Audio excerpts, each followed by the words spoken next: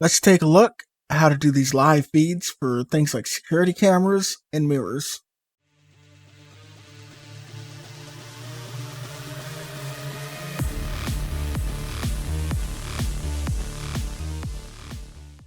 So before we get started, I do want to point out these errors down here at the bottom.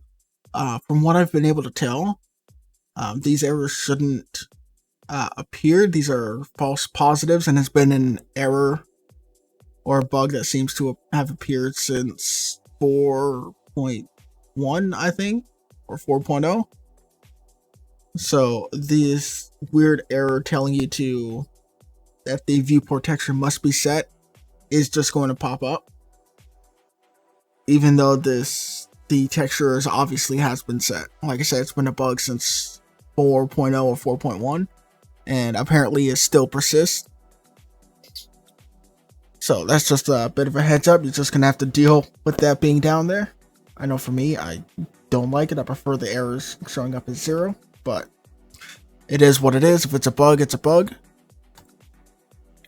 Now, how do we actually create this camera setup? I guess you could call it. Now we could use this for live feeds for security cameras, or you could use this for a mirror. Now, of course, with a mirror, depending on the game, you might want to use shaders to tweak a few things for the way that it looks, but you could definitely use it for a mirror. Right, so how do we dive into this? So we're going to go ahead and create a new scene. I'm going to get an other node here, and I'm going to create a mesh instance. And for all intents and purposes, I'm going to go ahead and create this as a plane, and this is going to be my screen. Right, now this could be a mirror, this could be a monitor, and I'm just going to hold control as I move it just to snap it into place. All right, so I have this mesh here that's going to act as my screen, and you got to figure out how to put a feed onto it. Well, for that, we're going to need a sub viewport. All right, now this viewport is what we're going to cast onto this mesh. And in order to do that, we can go ahead and jump in. We can go to the materials. We can just add a standard material. That's all we need. Go to our albedo, texture, and new viewport texture. Now you're going to see this error pop up. And I shouldn't call it an error, even though it says warning. And it's talking about the local to scene and that you need to switch this. And if you can't find this, you just got to scroll down and you can find resource local to scene and you can put it there. Now, if you try it, what do we get? It works. Now, this pink or purple, whatever you want to call it, is shown because we don't have a texture. So if we just come in here and actually open up their viewport texture, you can see we have a viewport path that we need to assign. We can click the assign button, select the sub viewport that we added to our scene, hit OK, and now we have the feed from that. Now, it doesn't look like much, but we could come in here and we could say add a sprite example. All right, let's say sprite 3D. Go ahead and drag in our Godot icon, and there it is. Now, it's a little weird in the way that it's going, but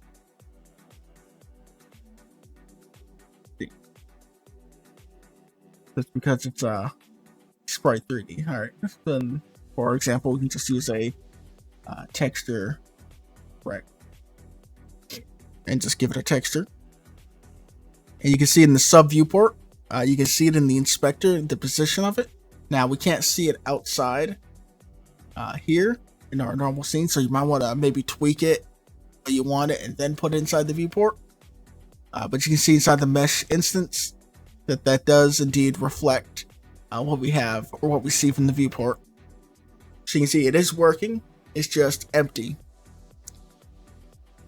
And if you wanted, you could set this with transparency as well. So inside of your Material, you just have to go into the transparency and set that to pretty much any of our options here, depending on what you need. Alpha is the typical, and if you need that transparency, just go to your viewport and you can set transparent background on, and there you go. Now, I'm not going to need it for the examples that I showed you there, and if you wanted to, you could disable 3D, but we're going to need it on if we're going to have a live feed. But that's how that works. So I'll go ahead and just delete that rect, that texture rect, and that is because what we want is a camera 3D. Now, if we put a camera in here, then we're going to automatically have that feed's going to go to the viewport, and that viewport is being sent onto our mesh. And you can see that just by moving the camera around. And you can see it having an image of our image. All right, so I'm just going to go ahead and save that, and I'll call this, I'll just call it screen.tscn. And if I go to my main screen here, my main world, instance it in, screen. So I'll go ahead and I'll put the screen right on over here. All right, and let's go ahead and make that, could make that mesh bigger, so I'm going to go ahead and do that. Mesh, plane, go ahead and make it 5 by 5. Nice and big. Of course, here we go. Now, what is the issue that we're going to have here? Well, I'm going to go to edit, editable children on that mesh so I can get to the camera. What I'm going to do is tweak where it is.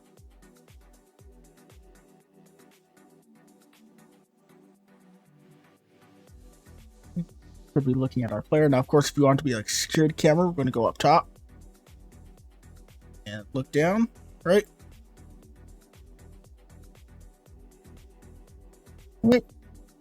So we have that set up. Go ahead and move in, and if we run it, you can see it works perfectly fine now. Now, if you have this the pink texture or whatever that's going on, things that you can try is going into your viewport, setting the render target update mode to always. And the other thing that you could do that has also worked for me in some weird instances is going into your mesh, go inside the material, and in resource, go ahead and set the material to local to scene as well. Make sure that you have both of those, the material and the actual mesh, set to local to scene. And between those two things, your feed should be working perfectly fine, as you can see.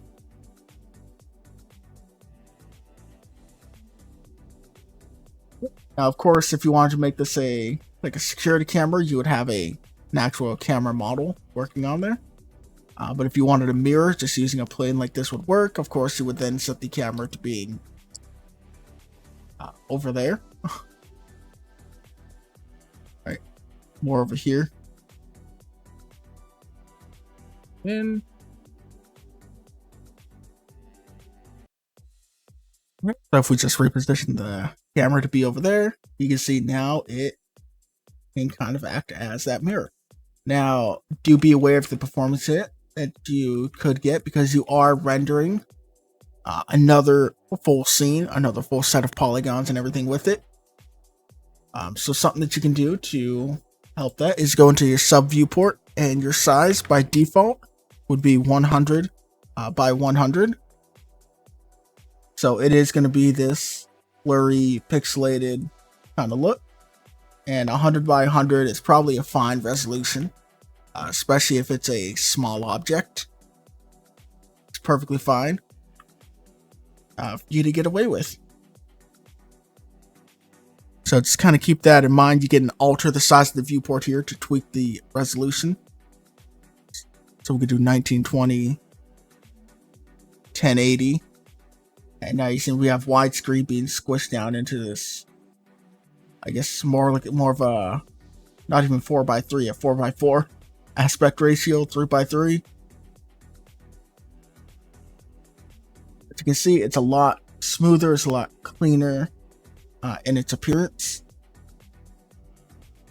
So just keep in mind the resolution that you use there for the viewport. It's going to have an effect on your performance.